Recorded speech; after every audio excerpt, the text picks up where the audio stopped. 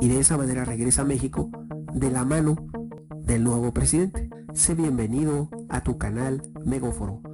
Iniciamos. En un inicio, cuando llega a la presidencia por primera vez sin elecciones libres, las finanzas públicas estaban muy bien. El anterior presidente las había dejado bien las finanzas públicas. Aquí recordemos que él asesora a Juan N. Álvarez, que fue brevemente presidente de México en 1855.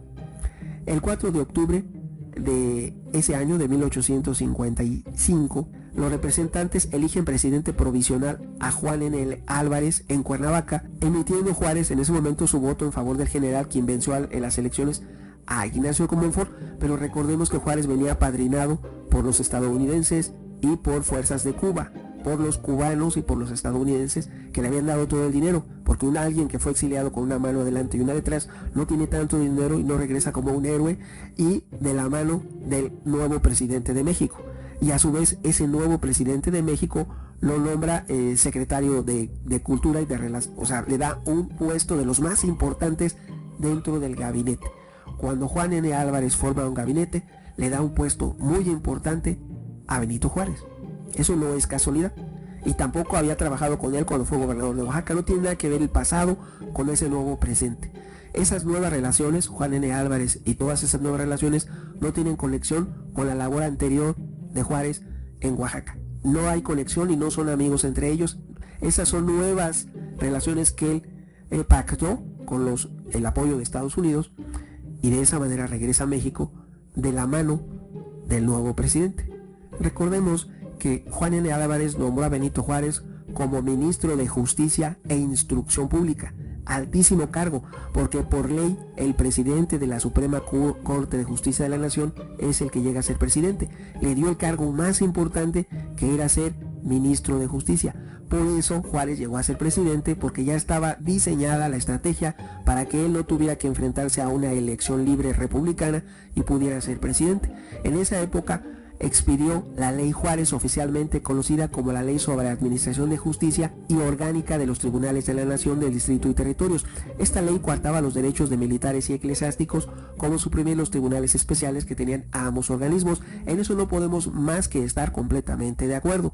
La separación entre el ejército y los civiles y la iglesia y el Estado era necesaria. Lo que no se hace necesario es la confiscación, nacionalización y disposición de todos y cada uno de los bienes de la Iglesia Católica en México sin pago alguno.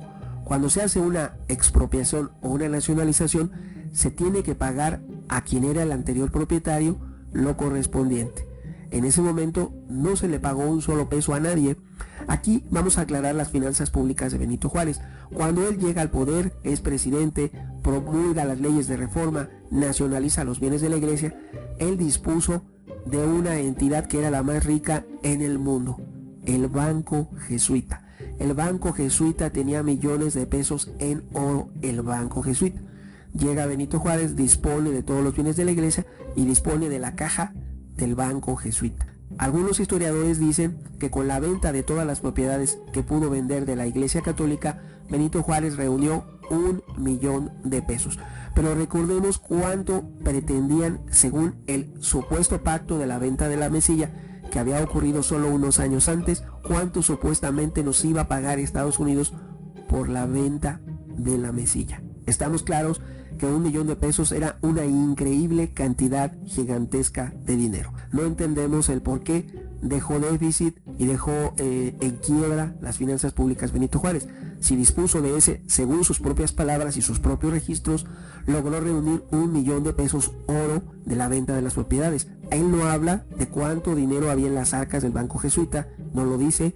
Tampoco dice que le pagaron 100,000 pesos oro de la base Pichilingue, que ya entonces estamos hablando de 1,100,000 pesos y más cantidades de dinero. Ahora bien, lo que podemos concluir es lo siguiente: las finanzas públicas tienen que estar enfocadas a una recaudación de impuestos para que el Estado pueda disponer y funcionar adecuadamente como gobierno con los impuestos que pagan sus habitantes.